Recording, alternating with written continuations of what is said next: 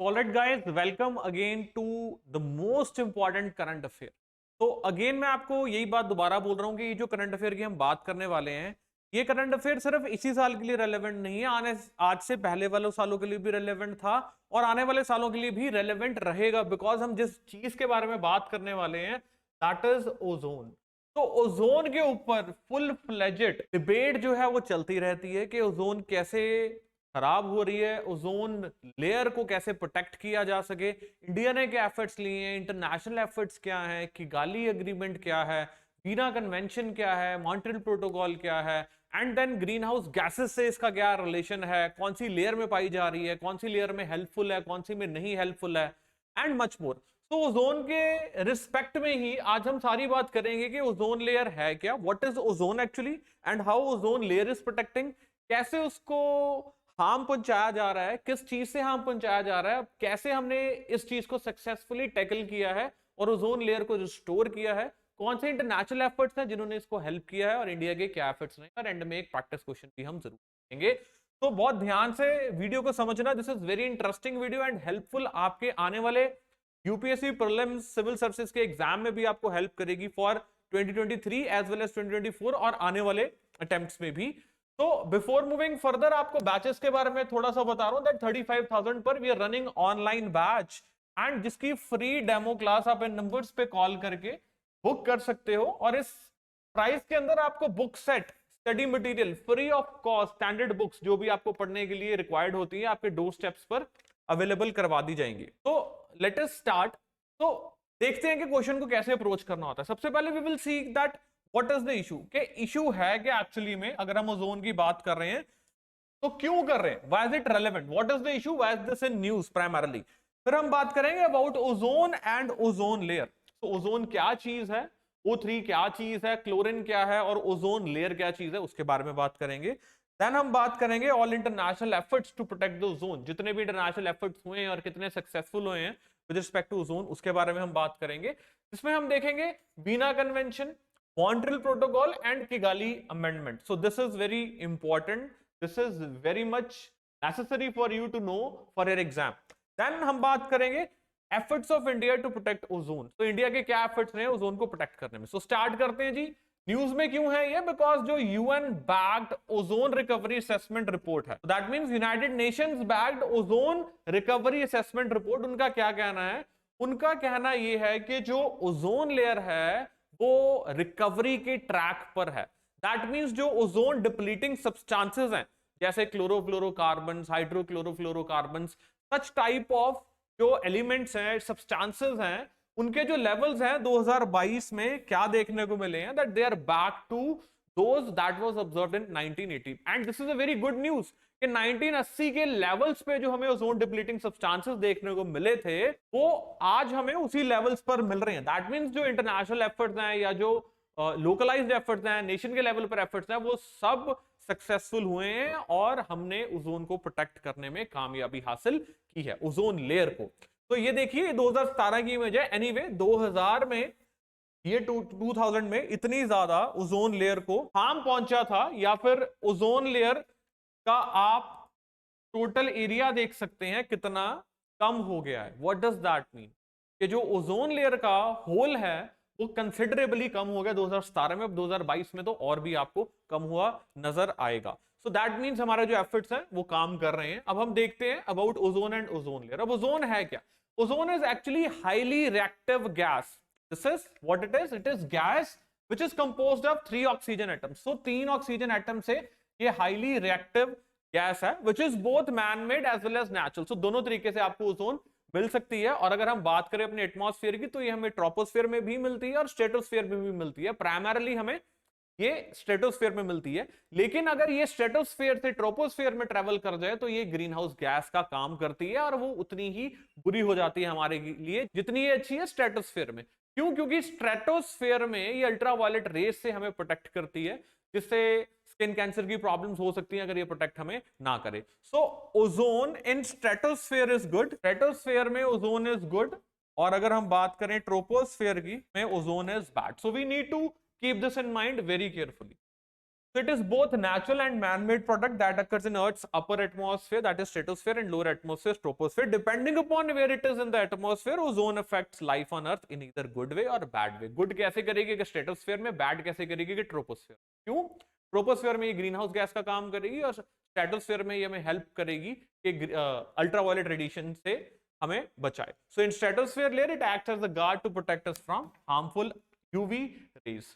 तो अब बात करते हैं कि इसको हार्म कैसे पहुंचाया जाता है. जो क्लोरोफ्लोरो एमिशंस हैं, क्लोरोफ्लोरोकार्बन एमिशंस हैं, ये एक्चुअली में ओजोन लेयर को डैमेज करते हैं. कैसे डैमेज करते हैं कि जो अल्ट्रावायलेट रेडिएशंस हैं ये क्लोरोफ्लोरोकार्बन्स को तोड़ देती है, उसका ब्रेकडाउन कर देती है, और जो फिर क्लोरीन है that is again very much harmful for the ozone layer. जो ओजोन होल है वो हमें उसी के कारण नजर आता है.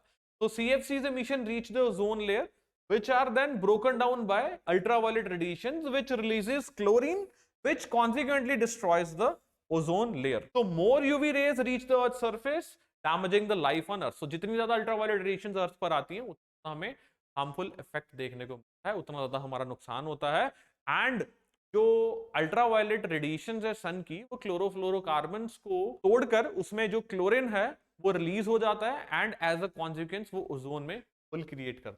Now we will talk about all international efforts to protect the ozone layer. Ozone layer को प्रोटेक्ट करने के लिए कितने इंटरनेशनल एफर्ट्स लगे हैं. नंबर 1 इज वीना कन्वेंशन 1985 और उसके साथ का मॉन्ट्रियल प्रोटोकॉल 1987.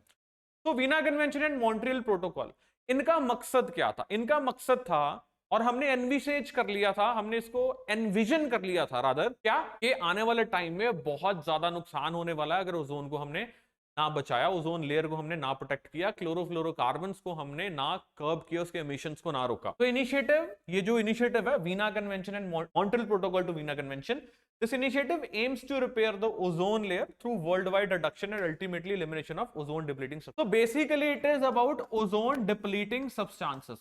उसमें क्लोरोफ्लोरोकार्बन्स भी हैं, उसमें हाइड्रोक्लोरोफ्लोरोकार्बन्स भी हैं, और जितने भी सब्सटेंसेस जो ओजोन को डिप्लीट कर रहे हैं उसको टैकल करने की बात की गई, उसको रिड्यूस करने की बात की गई. और इसकी इंप्लीमेंटेशन ने क्या रिजल्ट दिया कि ड्रास्टिक रिडक्शन हमें देखने को मिली ओजोन डिप्लीटिंग सब्सटेंसेस में बाय 98% बिटवीन 1986 एंड 2016. और आज की अगर हम बात करें तो 2022 में हमें क्या देखने को मिला, जिसके बारे में हमने बात की थी कि हम क्यों पढ़ रहे हैं, कि 1980 के लेवल्स पर ओजोन डिप्लीटिंग सब्सटेंसेस पहुंच गए हैं, which is a very good news. So आपके लिए कीवर्ड क्या है? Ozone depleting substances. देन आपके लिए कीवर्ड है क्लोरोफ्लोरोकार्बन्स, आपके लिए कीवर्ड है stratosphere, troposphere, ozone, O3. That means, तो Vienna convention is also important, Montreal protocol is also important for you. Next हम देखते हैं Kigali amendment to the Montreal protocol. इसके बारे में बाद में बात करते हैं. एस्टैब्लिशमेंट ऑफ ओजोन फंड, तो अभी बात करेंगे Kigali amendment to the Montreal protocol. So Montreal protocol जिसकी हम बात कर रहे थे वीना कन्वेंशन के साथ, वहां किगाली अमेंडमेंट की बात करेंगे. दैट मींस उसमें कुछ चेंज लाने की कोशिश की उस प्रोटोकॉल में. वो क्या चेंज थी 2016 में, कि हमने जो ओजोन डिप्लीटिंग सब्सटेंसेस हैं उसकी रिप्लेसमेंट में क्या देखा था? हमने देखा हाइड्रोक्लोरोफ्लोरोकार्बन. सो हमने बात की हाइड्रोक्लोरोफ्लोरोकार्बन्स की. अब सिंस हाइड्रोक्लोरोफ्लोरोकार्बन्स जो हैं they are also damaging the ozone layer, so इसके बदले में हमने क्या यूटिलाइज किया, हमने क्या अल्टरनेट ढूंढा? हाइड्रोफ्लोरोकार्बन्स. अब हाइड्रोफ्लोरोकार्बन्स यूज करके हमने ओजोन डिप्लीटिंग सब्सटेंसेस को तो कम कर दिया, इसमें कोई डाउट नहीं है, लेकिन ये अपने आप में एक बहुत ही पोटेंट ग्रीन हाउस गैस है. तो since this is a green house gas, हमने ग्लोबल वार्मिंग के एफर्ट्स को कम कर दिया ना चाहते हुए भी, और ग्लोबल वार्मिंग को कटेल करने में हम थोड़ा फेलियर महसूस कर रहे हैं, बिकॉज हाइड्रोफ्लोरोकार्बन जिसने रिप्लेस किया हाइड्रोक्लोरोफ्लोरोकार्बन, जो कि एक ओजोन डिप्लीटिंग सब्सटेंस है, और ये हाइड्रोफ्लोरोकार्बन एक पोटेंट ग्रीन हाउस गैस के रूप में काम कर रहा है. तो किगाली अमेंडमेंट क्या थी कि हमने हाइड्रोफ्लोरोकार्बन्स को भी कम करना है. So it aims for phase down of the hydrofluorocarbons by cutting their production and consumption. That is what is Kigali amendment. कि सिंस हमने हाइड्रोक्लोरोकार्बन्स को कटेल कर दिया है और उसकी जगह हमने हाइड्रोफ्लोरोकार्बन्स किए जो ग्रीन हाउस गैस है, अब इसको भी हमने कम करना है. That is what is Kigali amendment. और establishment of ozone fund, that means to help developing nations to reduce ozone depleting substances. So एक फंड क्रिएट किया गया कि डेवलपिंग नेशंस को मदद हो जाए ओजोन डिप्लीटिंग सब्सटेंसेस को कम करने में. So hydrofluorocarbons are currently used as